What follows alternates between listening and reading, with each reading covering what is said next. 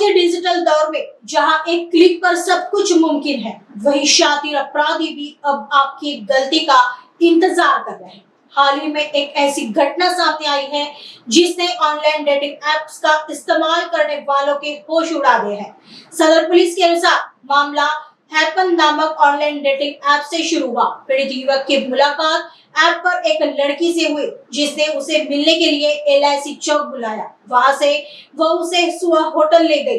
Hotel पहुंचते ही खेल शुरू हुआ। लड़की ने धड़ाधड़ महंगी विस्की और ड्रिंक्स ऑर्डर किए। जब युवक को शक हुआ और उसने वेटर से बिल के बारे में पूछा तो उसके पैरों तले जमीन खिसक गई। महज कुछ ही देर का बिल 34,213 रुपए बताया गया। जैसे युवक ने बिल पर आपत्ति जताई, वह लड़की मौका पाकर वहां से फरार हो गई। इसके बाद होटल के मालिक, मैनेजर और स्टाफ ने युवक को घेर लिया और जबरन QR कोड के जरिए पैसे वसूले। इतना ही नहीं, पैसे न देने पर उसे निर्वस्त्र कर पीटने की धमकी भी दी गई। पुलिस ने बताया कि इस होटल के खिलाफ पहले भी कई शिकायतें मिली थी, लेकिन सबूतों के अभाव में मामला दर्ज नहीं हो पाया था। फिलहाल होटल मालिक को गिरफ्तार कर लिया गया है और वेटर को जेल भेज दिया गया है। आगे की जांच सदर पोलीस कर रही है।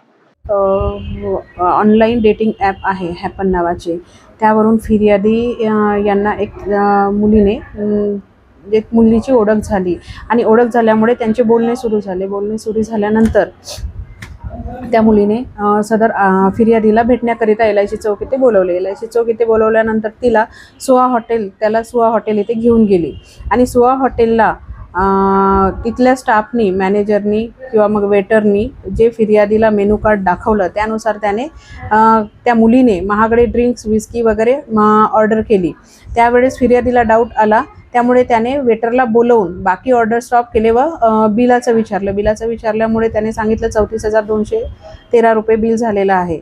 त्याने जेव्हा विचारणा केली की एवढं बिल कसं काय झालं, त्या दरम्यान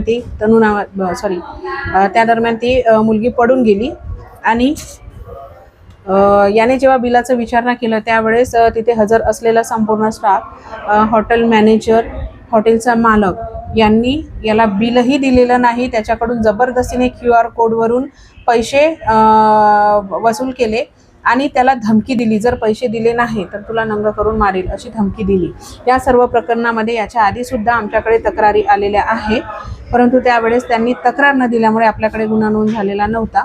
याच्यामध्ये सर्वांना अवेअर होणं फार गरजेचं आहे। असे कुठल्याही ऑनलाईन ॲपवरून इतर कुठल्याही व्यक्तीसोबत कुठलीही चॅटिंग करून किंवा कुठल्याही ठिकाणी जाऊन अशा प्रकारचे त्यांच्यासोबत होणारे जे प्रकार आहे ते उघडकीस आणण्यास मदत करणं गरजेचं आहे आणि याबाबतची तात्काळ पोलिसांना माहिती देणे गरजेचं आहे। त्यामध्ये ती मुलगी आणि बार मालक यांची साठगाठ होती, कारण यापूर्वी सुद्धा ज्यांच्यासोबत असे प्रकार घडलेले आहे त्यांना सुद्धा सुहा हॉटेलमध्येच घेऊन गेलेलं आहे आणि त्यांची सुद्धा बिलिंग अमाऊंट जे आहे फार मोठी होती। तर याच्यामध्ये त्यांचं एक संगनमत आहे, संगनमत करून अशा प्रकारचे कस्टमर बोलवून त्यांच्याकडून मोठ्या प्रमाणामध्ये वसुली केली जात आहे। मालकाला आरोपी करण्यात आलेला आहे, बार मालकाला रात्री अटक करण्यात आलेला आहे आणि आता त्याला न्यायालयासमक्ष हजर करण्यात येत आहे। आणि यापूर्वी एका आरोपीला अटक करण्यात आलेला आहे, तो वेटर होता आणि त्याचं जेल वॉरंट झालेला आहे।